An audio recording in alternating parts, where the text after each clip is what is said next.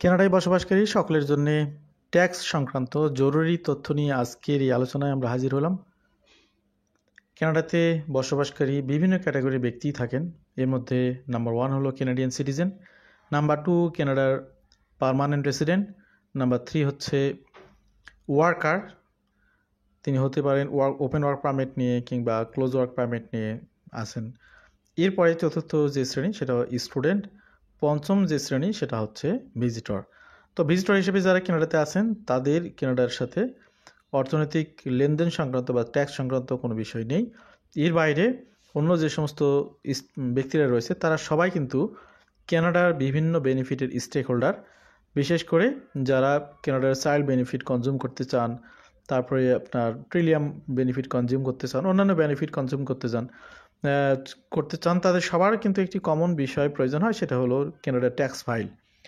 তো সময় মতো ট্যাক্স ফাইলগুলো যদি আপনি সাবমিট না করেন তাহলে এই বেনিফিটগুলো যেমন পাবেন না, উল্টো আপনার বিভিন্ন ধরনের জরিমানা গুনতে হবে।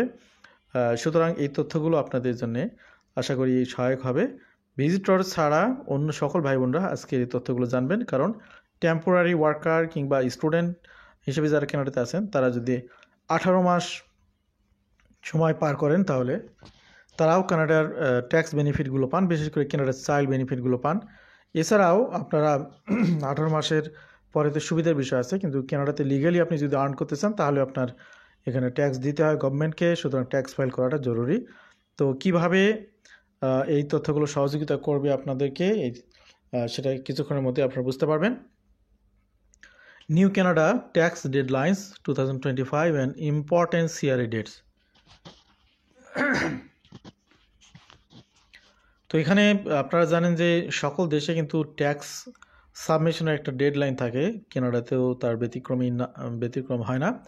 আর ট্যাক্সের বিষয়গুলো যেহেতু ফার্স্ট ওয়ার্ল্ড কান্ট্রিগুলোতে খুব সিরিয়াসলি ক্যালকুলেশন করা হয়, বিবেচনা করা হয়, সুতরাং এই বিষয়গুলোতে আপনাদের ভুলে যাওয়ার কোনো সুযোগ নেই। ভুললেই আপনি এখানে নিজে ধরা খেয়ে যাবেন, নিজেকে অনেক পেনাল্টি দিতে হবে। CRA tax deadlines 2025. One of the most critical responsibilities for taxpayers in Canada is filing their tax return on time.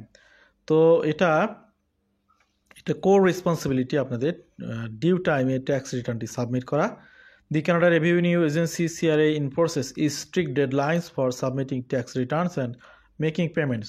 Usually third world কান্ট্রিগুলোতে অনেক সময় ডিউরেশন বাড়ানো হয়, কানাডাতে এই ক্ষেত্রে স্ট্রিক্ট রুলস রেগুলেশন মেনটেন করা হয়। এই জন্যে আপনি অবশ্যই খেয়াল করবেন বিষয়গুলো।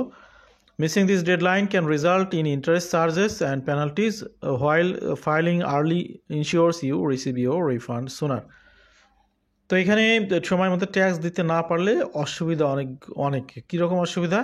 এক হলো আপনার এখানে ইন্টারেস্ট দিতে হবে, 2 নম্বর হচ্ছে আপনার এক্সট্রা পেনাল্টি দিতে হবে, 3 নম্বর হচ্ছে ট্যাক্স ফাইল সাবমিট করার কারণে যে বিভিন্ন ধরনের বেনিফিট আপনারা পেয়ে থাকেন সেগুলো ডিলে করা হবে, কিংবা অথবা সেগুলো আপনি পাবেন না, সুনার পাবেন না, অনেক সময় নেবে।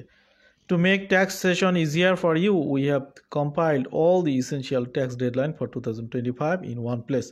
তো একটি জায়গাতেই মূলত আজকে অনেকে ইনস্টলমেন্টেও ট্যাক্স রিটার্ন বা ট্যাক্স পেমেন্টগুলো দিতে পারেন। কিভাবে দিবেন সেটার বিস্তারিত জানবেন অবশ্যই আজকে আমাদের সাথে থাকলে। When can I file my tax in 2025?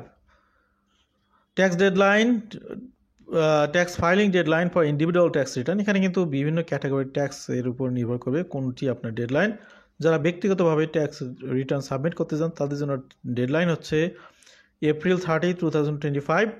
Just খুব অল্প সময় আছে, এর মধ্যে আপনার ট্যাক্স ফাইল কমপ্লিট করে রিটার্ন জমা দিতে হবে। This CRA typically require individual taxpayers. For early filers, the CRA Net File Service opens on February 24, 2025, allowing taxpayers to submit their return electronically. If you choose to mail your return, ensure it is received or postmarked by the due date. Electronic filers must submit their return by midnight local time on April 30, 2025. তো যারা অনলাইনে দিতে চান তাদের অবশ্যই 30 April মিডনাইটের মধ্যেই দিতে হবে লোকাল টাইমে। আপনি আবার এক দেশে আছেন আর এক দেশ থেকে কম্পেয়ার করবেন না, তাহলে প্রবলেমে পড়তে পারেন। Tax filing deadline for self employed individuals. তো এর আগে আপনি শুধু ইন্ডিভিজুয়াল শুনলেন, ব্যক্তিগত। এই ইন্ডিভিজুয়াল কারা? যারা বিভিন্ন সার্ভিস সেক্টরে জড়িত থাকে, বিভিন্ন সার্ভিসের মাধ্যমে লাইফ লিড করে, তাদের জন্য 30 এপ্রিল। এবার আমরা আসি যিনি নিজের বিজনেস নিজে করেন, সেলফ এমপ্লয়েড ইন্ডিভিজুয়ালস হিসেবে যারা আছেন, তাদের জন্য একটু সময় বাড়িয়ে দেওয়া হয়েছে। Self employed tax pairs have until June 16, 2025 to submit their tax returns. Since June 15 falls on a Sunday, the deadline is extended to the following Monday. তো এখানে একটি বিষয়, যদি কখনো ডেডলাইনের লাস্ট ডেটটি যদি উইকেন্ডে পড়ে, বন্ধের মধ্যে পড়ে, তাহলে পরবর্তী ডেটে এটা চলে যায়, তো একদিন বাড়িয়ে দেওয়া হয়। However, any tax owed must still be paid by April 30, 2025 to avoid interest charges. তো ব্যক্তিগত পর্যায়ে আপনাকে অবশ্যই এটা 30 এপ্রিলের মধ্যে দিতে হবে। আর আপনি সেলফ এমপ্লয়েডের ক্ষেত্রে একটু সময় বেশি পাচ্ছেন। Important CRA tax deadline in 2024. Here are the key tax related deadlines you need to be aware of for the 2024 tax session. তো এখানে ফাইলিং ডেডলাইন ফর 2024 ট্যাক্সেস, এখানে ডেডলাইনগুলো দেখুন। বিভিন্ন ক্যাটাগরি যে ট্যাক্স রিটার্ন আপনাদেরকে সাবমিট করতে হবে, তার একটি ডেডলাইন এখানে দেখতে পাচ্ছেন। মার্চের 3 তারিখে ডেডলাইন শেষ হয়ে যাবে 2025-এ। To contribute to RRSP, PRPP or SPP 2024-এর ট্যাক্স ইয়ারের সাথে সংশ্লিষ্ট এই যে বিষয়গুলো আপনাদের সামনে বলা হলো, সেগুলোর ডেডলাইন হলো 3 মার্চ 2025। এরপর tax filing deadline for individuals, ব্যক্তিগতভাবে যারা বিভিন্ন জব করেন, প্রফেশনে যুক্ত রয়েছেন, তাদের জন্য 30 এপ্রিল। এবং tax filing deadline for self employed individuals, এখানে 16 জুন 2025। অ্যাটিক্যালেন্সে আপনারা বুঝতে পারলেন তথ্যগুলো। পেমেন্ট ডেডলাইন ফর 2024 ট্যাক্সেস, অর্থাৎ 2024 মানে 2024 অর্থ বছর, যে বছর আপনি ইনকাম করেছেন সেটার ট্যাক্স মূলত পরে আপনি দিবেন April 30, 2025। Deadline to pay tax owed to the CRA। Business tax deadline for 2025 for sole proprietorship, partnership and tax filing deadline is June 16, 2024। তো বিজনেসম্যানের জন্য কিন্তু ওভারঅল যেটা বুঝতেছি আমরা, জুনের 16 তারিখ পর্যন্ত সুযোগ রয়েছে। প্রপার্টিশিপ বিজনেস, পার্টনারশিপ বিজনেসের জন্য এই সুযোগটি দেওয়া হয়েছে, সেলফ এমপ্লয়েডদের জন্য দেওয়া হয়েছে। If their fiscal year aligns with tax returns. Incorporated business that follow a non-calendar fiscal year must submit their tax return 6 months after the end of the fiscal year. Tax filing deadline for final tax returns.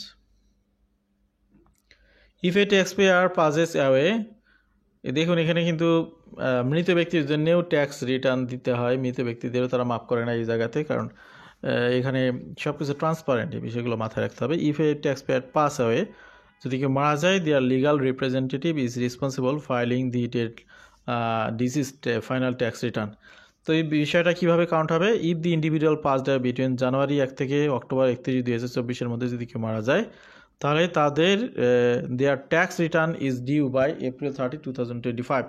তাদের কিন্তু 30 April 2025-এ tax দিতে হবে। If they pass away between November 1 and December 31, 2024, their tax return is due 6 months after the date of death. তো এখানে মৃত্যুর 6 মাস পরে সেটা tax রিটার্নটা due হয়ে যাবে।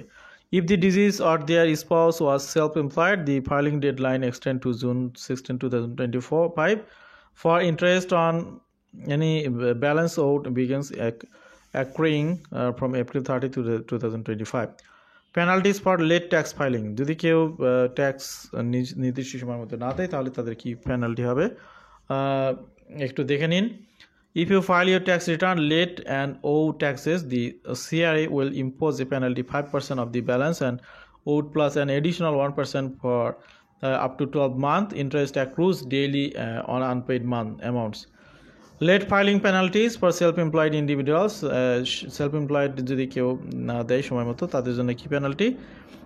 Small business owners must also meet payroll tax obligations and GST, HST remittances. Late filing penalties include 10% penalty for the first payroll deduction failure, 20% penalty for repeated failures. Late GST, HST remittance penalties starting 3% and increasing up to 20%. দেখুন এখানে বিশাল আকারের penalty, এগুলো কিন্তু ধার্য হবে। কেউ চাইলে ইনস্টলমেন্টে দিতে পারে। Instalment payment deadlines, if you make tax instalment payment throw out the year, the due date এখানে মেনশন করা হচ্ছে মার্চ 15, জুন 15, সেপ্টেম্বর 15 এবং আরেকটি রয়েছে December 15. How to file your tax return in Canada? কিভাবে এটা করবেন? The CRA provides multiple ways to file your tax. Certified tax software, এই সার্টিফাইড ট্যাক্স সফটওয়্যারের মাধ্যমে আপনি কানাডিয়ান রেসিডেন্ট যারা তারা এখানে সহজে অনলাইনে দিতে পারবে। নেট ফাইল, তারপরে cost free or varies provider, এটা ডিপেন্ড করে। এখানে আপনার প্রসেসিং টাইম লাগে 2 সপ্তাহ। Authorize to representative who use anyone, cost free varies representative মাধ্যমে দিতে পারেন। প্রসেসিং টাইম এখানে 2 সপ্তাহ। Community volunteer tax clinics, low income individual with a simple tax situation, তারা এখানে অল্প ইনকামের ব্যক্তিরা এই কমিউনিটি ভলান্টিয়ার ট্যাক্স ক্লিনিক্সের মাধ্যমে দিতে পারেন, এটার কোনো খরচ নেই।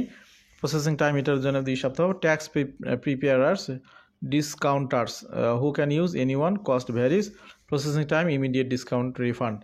পেপার ট্যাক্স রিটার্নের ক্ষেত্রে এই সবাই এটা ব্যবহার করতে পারবে, এটাও আপনার কোনো খরচ লাগবে না এটার জন্য। প্রসেসিং টাইম 8 সপ্তাহ, অনেক সময় বেশি লাগবে আপনি পেপার ট্যাক্স করতে গেলে। অন্যগুলোতে যেমন 2 সপ্তাহ, এখানে 8 সপ্তাহ সময় লাগতেছে। What if I don't file my tax on time? যদি কেউ অন টাইমে ট্যাক্স না দেন তাহলে তার কি হবে, ফাইল না করেন। Failing to file on time can lead to interest charges, penalties, and even delays receiving benefits such as Canada Child Benefit, GST, HST credit. তো বিভিন্ন বেনিফিটগুলো পাওয়া পোস্টপোন হয়ে যাবে, অনেক জরিমানা দিয়ে আবার এগুলো ওপেন করতে হবে। To avoid unnecessary cost, file your return before April 30, 2025 deadline. Even if you cannot pay in full, submitting your return on time helps you avoid late final penalties. Understanding and meeting the CRA tax deadline is crucial to avoid financial penalties. Ensure you receive the refund or benefits on time. Whether you are an individual, self-employed, or a business owner, being aware of the key tax deadlines in 2025 will help you stay compliant and stress-free. তো আমাদের সাথে আজকের এই tax সংক্রান্ত আলোচনায় যে সমস্ত ভাই বোনেরা যুক্ত ছিলেন, বিশেষ করে যারা ক্যানাডিয়ান, বিভিন্ন category Canadian, citizen, PR holder, এরপরে আপনার ওয়ার্কার, স্টুডেন্ট, সবার জন্যই তথ্যগুলো অনেক সহায়ক হবে বলে আমরা মনে করি। কানাডার বাইরে থেকে যারা আজকের আলোচনাগুলো শুনলেন তারা সরেজমিনে বুঝতে পারলেন যে কিভাবে কানাডার ট্যাক্স সিস্টেমটি চলে। আপনারা এখানে আসলে পারে আপনাদের কিভাবে এগুলোর সাথে অভ্যস্ত হতে হবে, তো সবার জন্যই একটি পজিটিভ ধারণা তৈরি করবে এবং অনেকের ক্ষেত্রে এটা সহায়ক হবে, এটা আমাদের বিশ্বাস। আমাদের সাথে থাকার জন্য আবারও ধন্যবাদ এবং কৃতজ্ঞতা জানাচ্ছি। যারা এই বিষয়টিকে পজিটিভলি নেবেন অবশ্যই বেশি বেশি করে শেয়ার করবেন, যাতে করে আপনার পরিচিতি সবাই উপকৃত হয়। ভালো থাকবেন সবাই, আল্লাহ হাফেজ, আসসালামু আলাইকুম।